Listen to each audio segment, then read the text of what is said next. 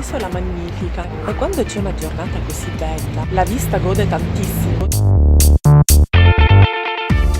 Si vede la piccola torre che c'è nell'isola, è l'unico elemento che è rimasto. Adesso ci dirigiamo verso il paese, ecco da qui si vede la costa, non ci possiamo fermare adesso, proseguiamo e ci fermiamo. La magnifica isola!